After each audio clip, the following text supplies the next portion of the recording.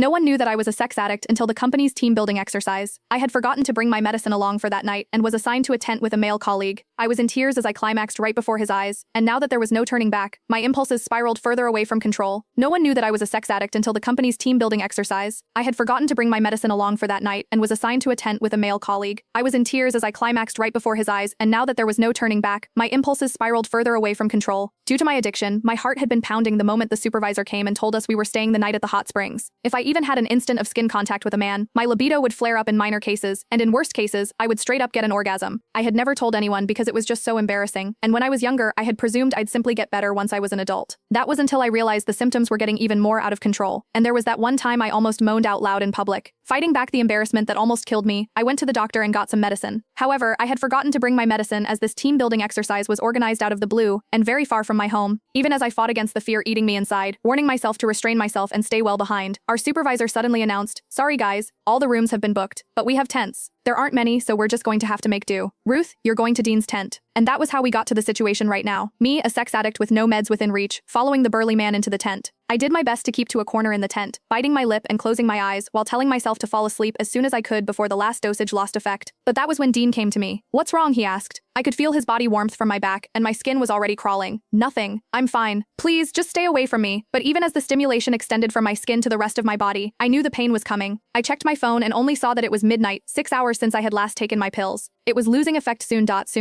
my whole body was shuddering, while there was a warm stream gushing out between my legs. I kept my head buried between my legs, and did my best not to look at Dean. People would mock me for being a skank if they noticed my condition, and I couldn't bear to stay in the company at that point. Meanwhile, Miles Hendricks, the other colleague in the tent, was already snoring out loud. I kept clenching my knuckles, my own nails digging into my palm. The pain calmed me somewhat, and I told Dean, "Sorry, I'm not distancing myself, I'm just not feeling well." Never could I have expected Dean to move toward me without another word, reaching out with his large warm palm and pressing it over my forehead. Even as he held his palm steady, I found myself staring at his chest and nothing else. I could also see that distinct collarbone and chiseled chest under his shirt. I seemed to tighten at the very next second and orgasmed amid my embarrassment, and the ensuing moan could barely be stifled. Worst of all, I was trembling even worse after I orgasmed, and Dean could clearly feel me shaking. "That's strange. Why are you so flushed? You don't even have a fever," he murmured, not giving up feeling my forehead and cheeks just then. I trembled even more and turned my face away, but it was the back of the tent right behind me. Having nowhere else to go, I clenched my jaw so I wouldn't moan again, even as I decided I couldn't stay in this sealed room when all I could smell was Dean. He wasn't a smoker, so his faint soapy and hormonal scent was especially recognizable. I could feel all the pores around my opening, as the orgasm left me painfully sensitive to everything. In the heat of the moment, I pushed Dean away and sent him stumbling backward, while I scrambled to crawl out of my tent, not caring that my skirt was short, exposing my wet panties right in front of his eyes. He promptly turned away to stop himself from staring, but he was no brat either. Seemingly struck with a thought, he followed me, even as I lost control over my body.